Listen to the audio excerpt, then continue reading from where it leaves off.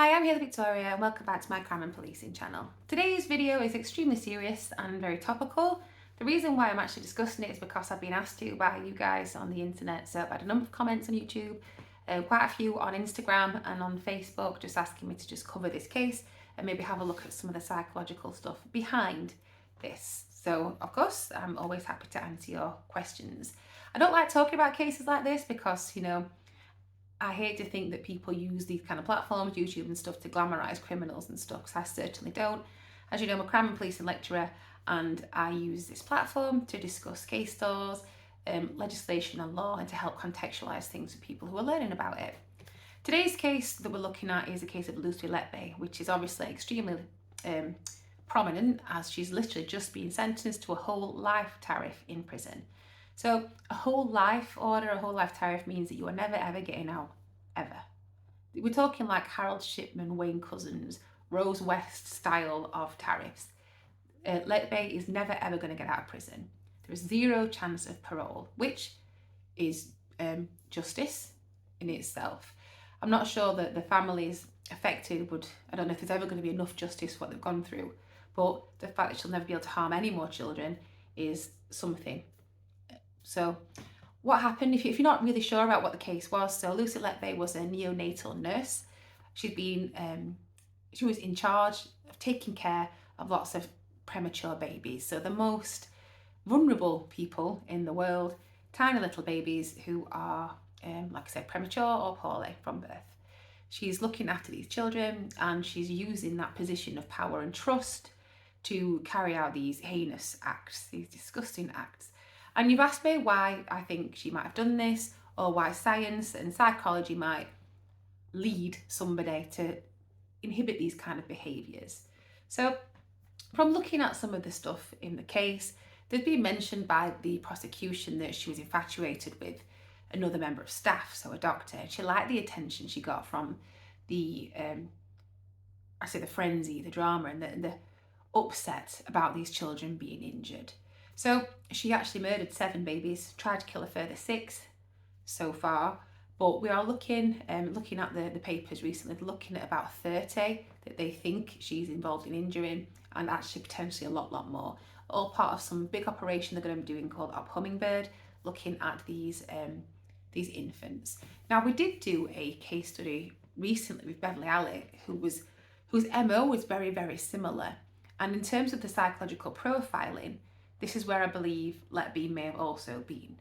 So we've done things before about serial killers, and we've looked at the serial killer typologies from Holmes and Holmes.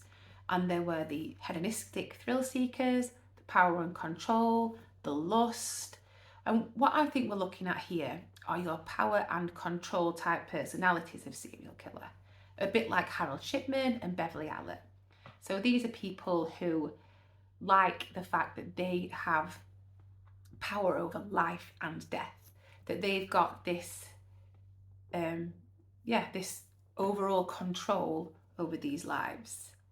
And as time goes on and these cases, the crimes that they're committing go on, they get a bit riskier potentially as well, and they start to kind of lose that control. So if we look at the other thing that goes alongside this, we looked at disorganised, haven't we, and organised people and criminals.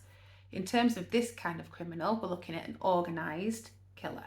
So you're disorganised, like a frenzied attack. So they will just go off, and we're talking like Night Stalker territory. So your Richard Ramirez are very disorganised. Organised killers plan. They have a lot of premeditated aspects to their crimes. So that's where you look at people like Letby, and like I said, Shipman and Beverly Allitt, all very, very planned. So how she did it then is she would inject babies with air, and she also put insulin and things in their food bags. So we're talking about tampering with their medical help. And she could do that because she knew how to do it, and she had access to these babies. She was also invested, a bit like Allitt was, in their families. So she was forming connections with these families and being seen as some kind of, how she may have seen as some kind of saviour, some kind of powerful being that could help their children. They're the ones that you turn to. She was the one that had this godlike power over these children. And that's where you get your power and control personality types when you're looking at serial killers, which is where I believe Letby sits. So she sits in there. So that's looking at the serial killer typologies. I think you've definitely got a power and control killer here, because that's what she was doing, flexing power and control, playing this godlike figure amongst these families, or this angelic nurse. Because when you think about the NHS and you think about nurses, I mean, there are millions, thousands and thousands and thousands of workers in the NHS who are absolutely fantastic, like police officers and other people in the services. You've got so many good ones. You get one or two bad eggs that slip through the net. She is not a representation of nurses across the UK, so please don't take my talking about this access to children as that. And please don't worry, if you are going through neonatal care with your babies, because that's definitely not the norm. What Letby was doing was horrific, and she was also doing it secretively. It's not as if there was some pact at work, and in fact it was her colleagues who whistle blew this strange, there's a lot of children being poorly on her watch, which got it to where it was, into the open, into the investigation. So obviously Letby was investigated and, like I said, sentenced today to a whole life tariff. Now, looking at other psychological things that might have impacted Letby's train of thought, it was being mentioned in the tabloids. I mean, I wasn't there in court. It has been mentioned that she was, like I said, infatuated with another member of staff. Now, there's something called Munchausen syndrome and Munchausen's by proxy, which we've spoken about before when we looked at the case of Beverly Allen.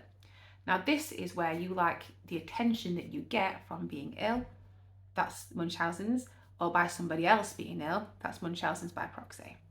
So the attention that Letby was getting from other people when these babies were being ill, this friendship she stuck up with this doctor who she said to be enamored with, this attention she was getting through this could be why she continued to do these attacks. She was getting attention through this illness of other people, this Munchausen by proxy.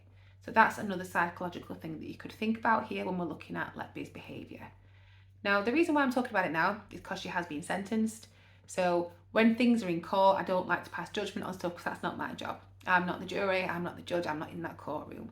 But she has been sentenced now, and there is zero chance of parole. So she is guilty of these crimes, if not much, much more, which I'm sure we're going to find out over the terms of these investigations. And now she's been sentenced, she might indeed confess to some of this stuff, and maybe others, to help put those families' minds at peace as much as they can be. Now, victim impact statements are a really important part of the court process, and the opportunity for the victims to read out their statements to Letby was taken away when she refused to attend court today. That's something that the criminal justice process are now looking at changing immediately, where when the sentence is given out, you have to be there if you are the suspect. If you are the convicted, you have to be there for your sentencing, to give these victims the opportunity to read their impact statements. This is their chance at having a voice and at telling you how your actions have impacted the rest of their lives. And they've got a right to that. They have a right to tell you what you've done and how it made them feel.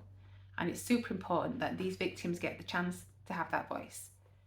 Because of this, these victim impact statements are being sent to prison for Letby to read. Whether or not she reads them, I don't know. But if she was in prison, she would have, in court, she'd have to sit and listen to that. And that's something that they're hoping to change, like I said, immediately. So that's what I was thinking anyway. So you've asked me about what I think about the Lucy Letby case. I think that the whole life tariff it's the best that you can get in this situation. So she's never allowed out.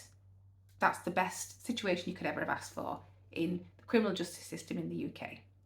She's guilty, we know this, and hopefully there's justice for those families, and the families who they are suspecting may also be involved in this, whose cases haven't gone to court or haven't been considered yet. I hope there's justice for those as well.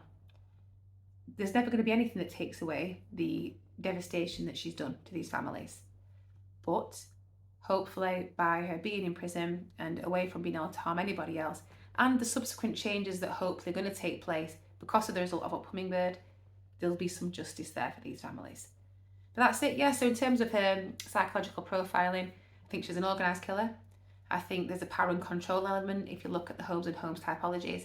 And I also think that she is looking at some kind of Munchausen's by proxy. And that's it. Thank you for watching. Stay safe, look after each other, and please don't commit any crimes.